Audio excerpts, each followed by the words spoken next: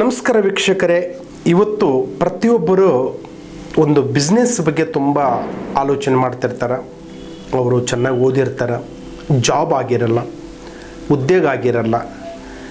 ಅವರಿಗೆ ಇವತ್ತು ಮಿಥುನ ರಾಶಿ ಪ್ರಕಾರದಲ್ಲಿ ಹೇಳ್ತೀನಿ ನಾನು. ಮಿಥುನ ರಾಶಿಯವರಿಗೆ ಮಿಥುನ ರಾಶಿ ಪ್ರಕಾರದಲ್ಲಿ ಲಗ್ನದಲ್ಲಿ ಮಿಥುನ ಇದ್ದಾನೆ ಮತ್ತು ಮಿಥುನ ರಾಶಿ ಇದೆ ಅವರಿಗೆ.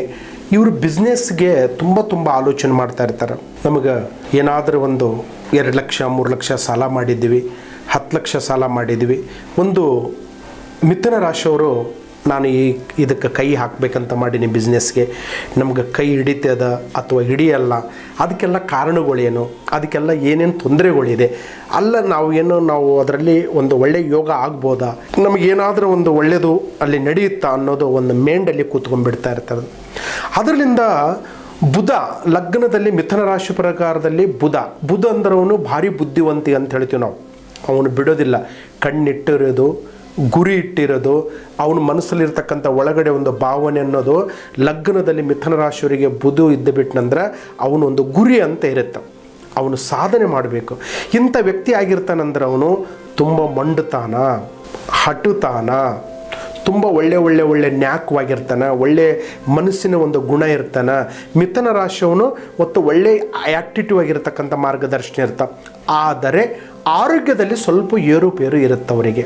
ನರ ದೌರ್ಬಲ್ಯ, ಕೈಕಾಲಲ್ಲಿ ನೋವು ಮತ್ತು ಬೆನ್ನು ಸೆಳೆತ, ತಲೆ ಭಾರ, ಈ ಥರದಲ್ಲಿ ನೋಡೋಕ್ಕಷ್ಟೇ ಅಂದವಾಗಿ, ಚಂದವಾಗಿ ಮತ್ತು ಆ್ಯಕ್ಟಿಟಿವ್ ಆಗಿ ನಮಗೆ ಕಾಣ್ತಾ ಇರ್ತಾನೆ.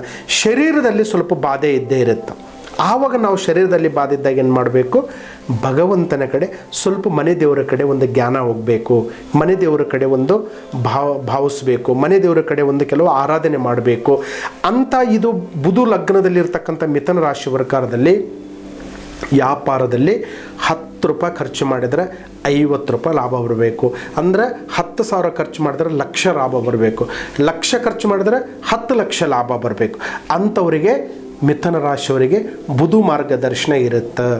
ಆದರೆ ಇವರು ಏನು ಮಾಡ್ತಾರೆ, ಬುರುಸ್ತಾಪದಲ್ಲಿ ನೋಡಬೇಕಂದ್ರೆ ಸೆಂಟಿಮೆಂಟಿಂದ ಕೆಲವು ಜನಗಳಿಗೆ ಸಾಲ ಕೊಡೋದು, ಕೆಲವು ಲೇವಾದೇವಿ ಮಾಡೋದು, ಕೆಲವು ನೆಂಬಿದಲ್ಲಿ ಕೆಲವು ಫ್ರೆಂಡ್ಶಿಪ್ಪಲ್ಲಿ ಸ್ವಲ್ಪ ಎಫೆಕ್ಟ್ ಕೊಡೋದು, ಈ ಥರದಲ್ಲಿ ಕೆಲವು ಮಾಡ್ಕೊತಿರ್ತಾರೆ.